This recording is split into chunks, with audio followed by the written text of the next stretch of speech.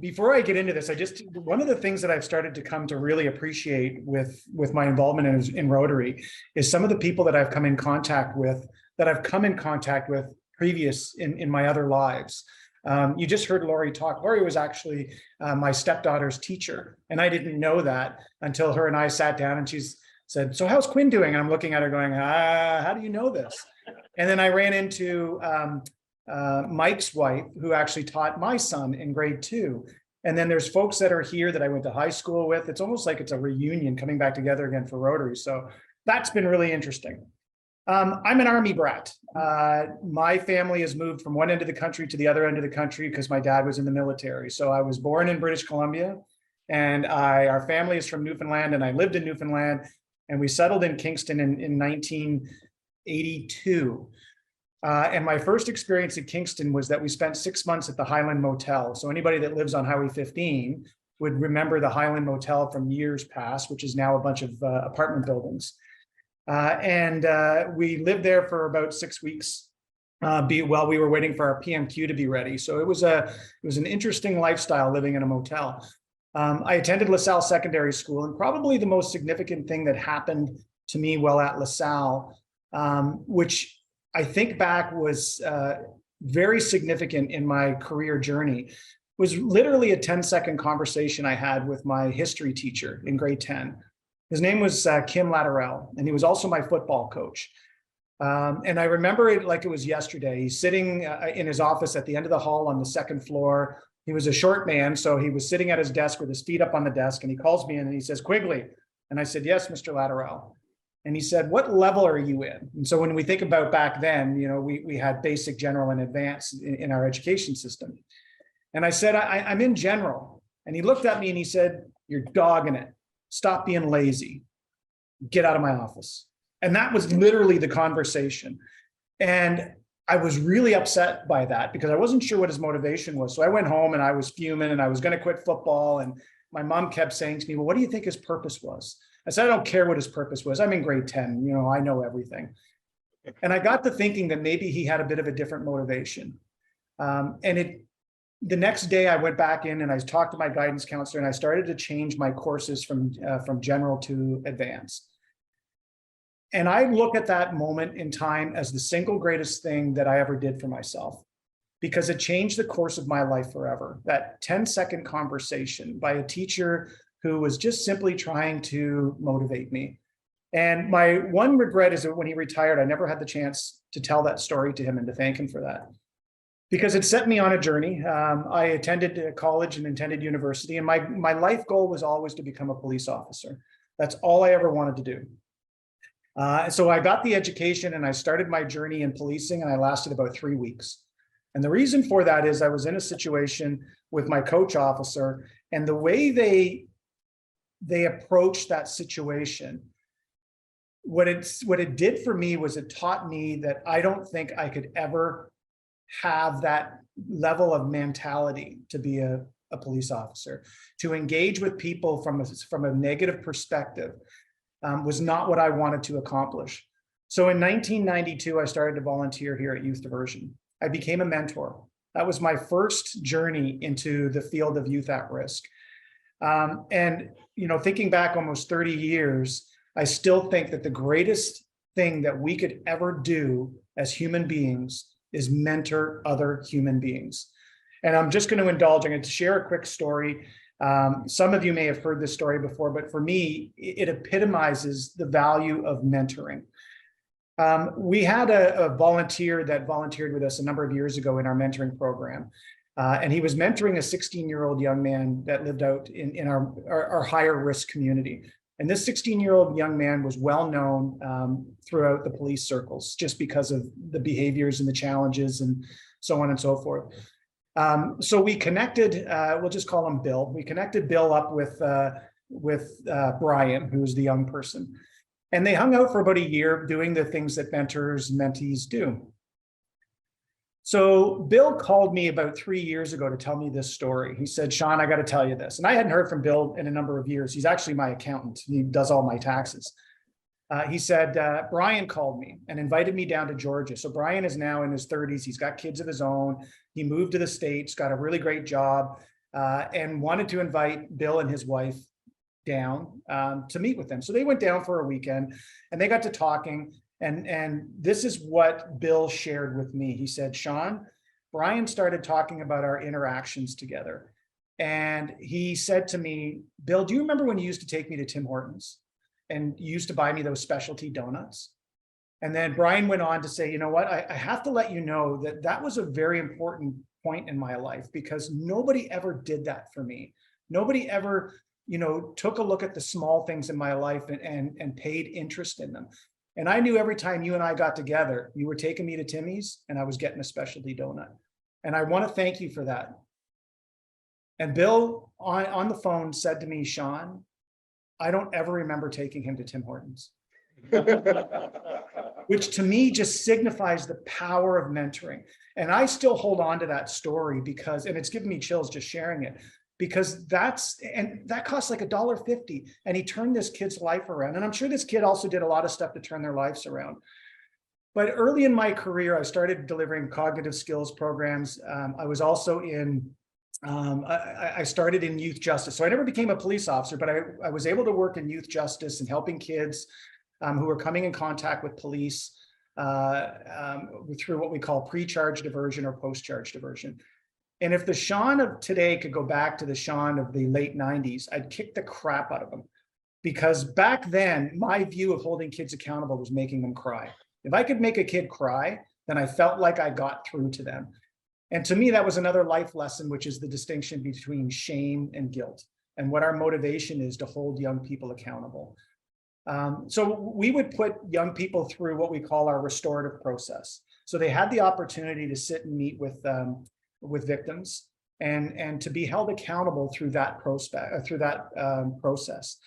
And I've got a limited amount of time, so I won't get into any of those stories. But what I will share, it was such a profound moment in my life to be in justice and to see people in their most vulnerable states talking to each other that they have no idea who each other is, but all they know is the reason why we're sitting here is because you caused me harm and I have been harmed. And to see how transformative that could be and the efforts that young people made to try to repair the harm really helped spur me on in this field. From justice, so in 1992 became a volunteer, then I got hired in 1997 as the rebound coordinator, and then justice. And then I was asked with my colleague to develop a new program for our community, which would be embedding restorative practices into the school board. And we see Christian is here now, who's the director of the school board, but Christian and I met way back when we were developing MEND, which is mediating through empowering using nurturing dialogue, giving schools, classrooms the opportunity to embed restorative practices as an alternative to helping kids understand the impact of their actions and rebuilding the trust and repairing the harm in classrooms. Because at the end of the day, we can suspend, we can expel, we can punish, but they're all still going to be back in that classroom again. And how do we better support the teacher and the people impacted and that person that has caused the harm so that they have a better opportunity to understand what they've done and to right that wrong and repair that harm. So from there, I moved into the director of service role. And about 7 years ago, our longstanding executive director retired and moved on to the ministry. And I became the executive director of Youth Diversion. Throughout that journey, however, though, I also had an opportunity to spend time in our education system. I was a behavior educational assistant, actually hired by my past principal or vice principal at LaSalle. Michael Howe, who was then at QE, he was the first person to hire me. I had the chance to work actually at LaSalle, which was very weird, being in that and still running across some teachers that were still there when I was there. So having to say Al as opposed to Mr. Baker was probably the hardest thing that I ever had. Stop calling me Mr. Baker. You're now my peer. It's like, no, I'm not. I'm still your student. And I also had the opportunity to teach at the college. And I still teach at the college today, doing my best to warp the minds of young people that are coming into this field. And today, in the last couple of years, I would say has probably been the most challenging in my career, both guiding the agency through COVID, doing more with less as government funding doesn't keep up with the demands that are placed upon us. And just trying to do our best to make sure that we're helping kids overcome challenges. Along the way, it's been an amazing journey. I think for me, I have two mantras that have helped me through my journey, which I'll do and then I'll end. One was 4 simple words. The idea of what don't you know?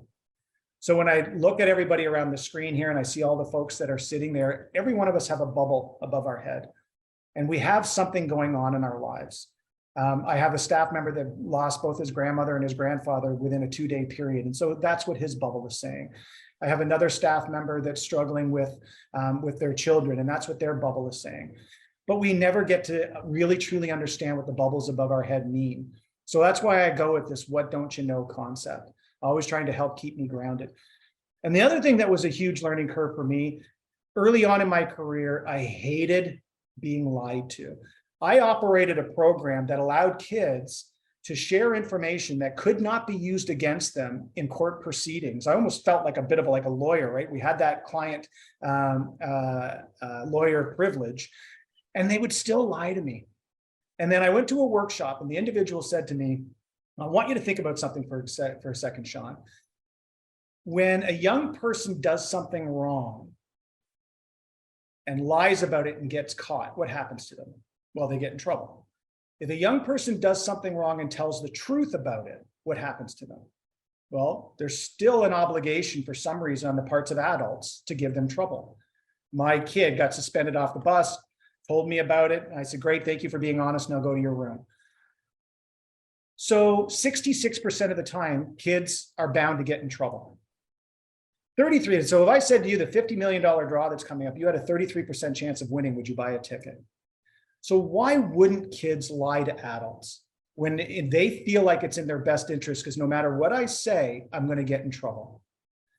So when I let that sort of flow through me and I realized that my goal was to make a kid cry, in order to do that, I had to hold them accountable. So they had to tell me the truth about what they've done wrong, and then I could shame them for it. So today I don't work on the premise of trying to get to the truth, and that's my luxury. The other piece is, in my 30 years of doing this, I've never had 2 kids tell me the same story.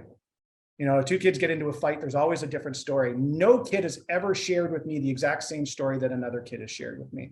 So now we're left with having to investigate, to fact find, to try to figure out who's telling me the truth, who's more right, who's more wrong. And we forget about the impact of the actions on everybody. At the end of the day, for me, what has really been significant was the idea that it doesn't matter what people have done to each other. It's how people were made to feel. Because how we are feeling that's it. That's who are we to judge how somebody is feeling. And if we start to look at relationships and we start to look at the best way to hold people accountable is helping them understand the impact, the feeling piece. What I started to discover is I don't need to know the truth. I don't need to know the story. I only need to know that here's how this person was feeling. And you could probably relate to that because that's how you have been made to feel in some time in your life. So when I met Paul a number of years ago, he said, you know, I was helping him out with a couple of talks and then eventually said, you know what, you should join Rotary. And I said to myself, well, it sounds like a really interesting retirement plan. Because a probation officer told me one time that he had to go to retirement school towards the end of his journey as a probation officer. And I laughed my ass off at him. I mean, I'm 23 years old, new in the field. Now I know why you need retirement school. So my hope in moving forward with Rotary is to continue to learn more about Rotary so that when it is time for me to step away from the job that I'm doing at Youth Diversion, that I don't end up sitting on the couch for the next 2 years trying to figure out what I want to do with my life. So thank you all for listening to me and for inviting me into this very large family. And it's been a great couple of years. And I want to thank Paul for, I think on the one hand, introducing me to Rotary, but on the other hand, being a really good mentor. Thanks, folks.